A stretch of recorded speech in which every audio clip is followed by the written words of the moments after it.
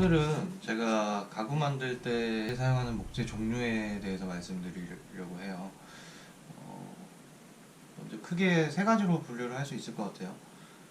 하드우드하고 소프트우드, 그리고 유사목재, 이렇게요.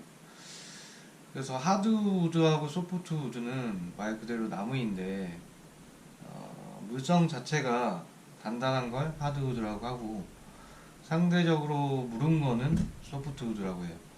그래서 하드우드로 갈수록 비중이 1에 가까워져서 무거워지고, 그냥 만져봐도 단단해요.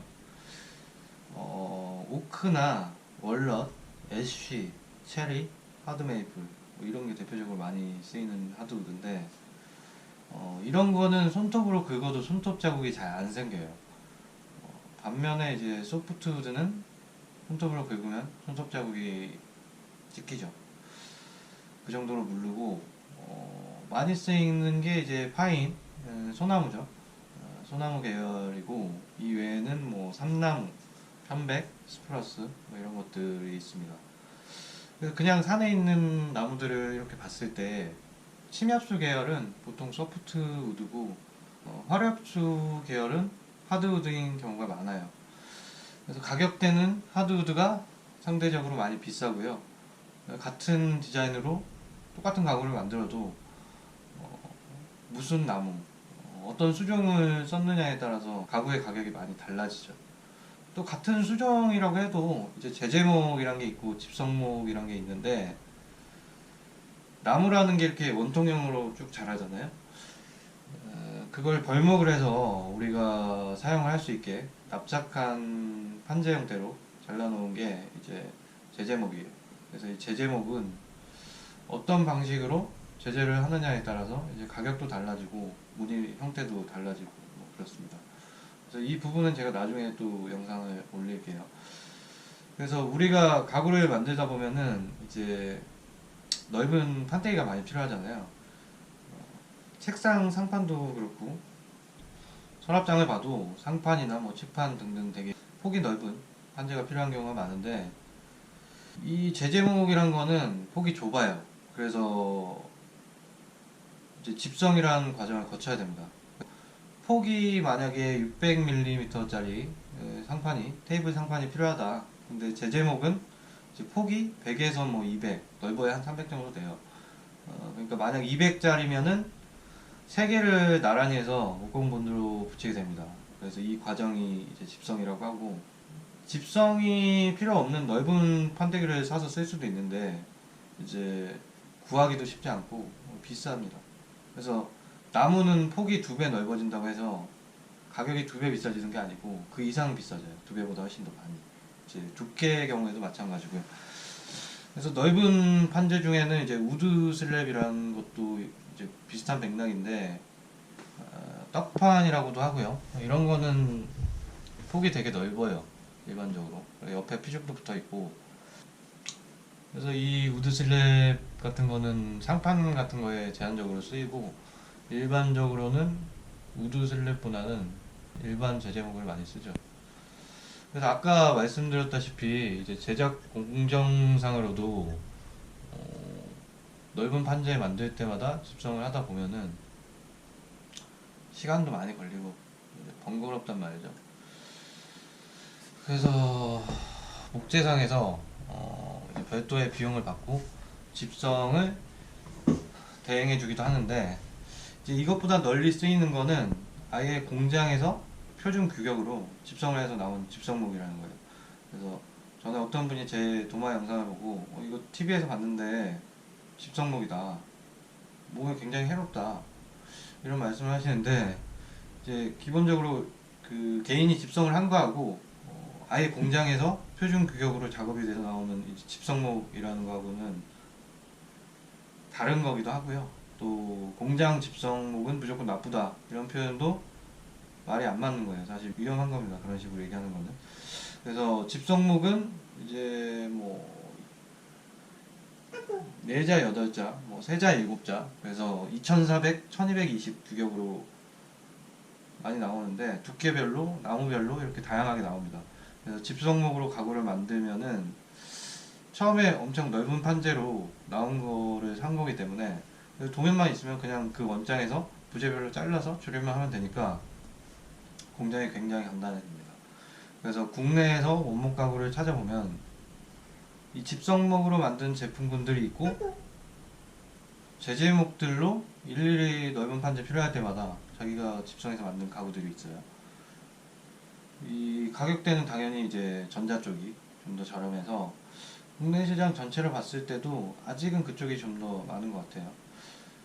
그래서 만약에 이제 하드우드 중에 같은 오크라도 제재목이 있고 집성목도 있어요. 그래서 소프트우드도 마찬가지로 제재목하고 뭐 같은 거라고 할 수는 없지만 어쨌든 비슷한 형태의 구조목 2x4나 2x6 이런 게 있고 또 집성목도 있고 그렇습니다. 그래서 이 집성목도 종류가 여러 가지인데 솔리드 집성목이란 게 있고 뭐 사이드 핑거, 탑 핑거 이런 식으로 있는데 짧은 판재들 같은 경우에는 연결 부위가 손가락에 이렇게 맞닿은 모양처럼 가공이 되어 있는데 집성목은 그래서 이게 없으면 솔리드 그냥 긴 판을 그냥 쫙쫙 붙인 거면 솔리드 이게 어떻게 보면 개인이 집성하는 거랑 비슷한 거죠. 형태가 훨씬 좁긴 하지만 폭이 개별 판재들이 그래서 그 이제 핑거 조인트 모양이 상판 쪽에서는 안 보이고 뭐 옆에서만 보인다. 옆에는 이제 조금 노출되는 거니까 그래서 그런 거는 이제 사이드 핑거라고 하고 상판 쪽에서 아예 보인다. 그런 거는 이제 탑 핑거라고 하고 가격대도 이제 솔리드가 제일 비싸고 그 다음에 사이드 핑거, 그 다음에 탑 핑거 이렇습니다. 그 다음에는 이제 유사목재죠. 유사목재 합판, 뭐 MDF, BB, OSB 뭐 이런 게 있는데 먼저 합판은 나무가 있으면은 나뭇결 방향으로는 단단한데 이제 나뭇결하고 수직 방향으로는 굉장히 취약해요. 그래서 약해요. 나뭇결을 따라서는 이렇게 옆으로 나뭇결이 이렇게 있다 그러면 옆으로는 잘 부러진단 말이죠. 그래서 이거를 좀 이 취약점을 극복하기 위해서 나온 게 이제 합판인데 합판은 이제 나무를 얇게 켜가지고 나뭇결 방향으로 이렇게 하고 이렇게 하고 이렇게 하고 이렇게 하고 이런 식으로 계속 번갈아 가면서 붙여놓은 거예요. 그래서 이 합판은 변형이 잘 안 됩니다. 이제 원목 종류는 시간이 지나면 변형이 되거든요. 휘기도 하고 뭐 수축도 되고 뭐 그런데 이 합판은 변형이 안 돼요. 종류는 뭐 많죠. 종류 많은데 일단 자작 합판하고 미송 합판이 제일 많이 쓰이고요. 그 외에는 뭐 일반 합판, 라왕 합판하고 똑같은 건데 그런 것도 있고 또 하드우드 수종별로도 또 합판 종류가 또 나옵니다. 그 다음에 이제 이 MDF라는 게 있는데 MDF는 이제 톱밥하고 본드하고 뭉쳐서 판재 형태로 만들어 놓은 거라고 보시면 돼요. 그래서 가격이 굉장히 싸고 인터넷에서 살 수 있는 굉장히 싼 가구들 있잖아요. 어떻게 이게 이 가격밖에 안 해? 그런 것들은 대체로 다 이거죠. 이 MDF로 만들어서 인테리어 필름, 뭐 시트지를 붙여놓은 형태인 겁니다. 그 다음에 이제 비슷한 게 PB라고 파티클 보드인데 아파트 신발장이나 붙박이 가구, 뭐 싱크대 이런 게 되게 PB로 많이 만들어집니다. 그래서 아까 MDF가 톱밥하고 본드를 뭉쳐놓은 거라고 보면은 이 PB는 나무 부스러기하고 본드하고 뭉쳐놓은 거라고 보면 되겠죠. 이것도 마찬가지로 인테리어 필름 붙여서 많이 활용이 되고요. 마지막으로는 이제 OSB인데요. 이거는 이제 목조 건축 지을 때 많이 활용되는 자재인데 이게 인테리어 쪽에도 많이 쓰이고 있고 연장선상에서 이제 상업 공간에 있는 어떤 가구 형태 만들 때까지 많이 활용이 되고 있습니다. 그래서 그 홍루이젠 샌드위치 있죠? 대만 샌드위치. 그 매장을 보면 입구에서부터 뭐 인테리어나 식기들 다 OSB로 되어 있죠. 그래서 이 OSB도 뭐 나무 조각을 압착해서 만든 판재로 만든 형태인데 이 PB하고는 달리 나무 조각 자체가 OSB를 만들기 위해서 특정 형태로 조각을 내서 이 제조를 한다는 차이가 있습니다. 예, 그래서 오늘은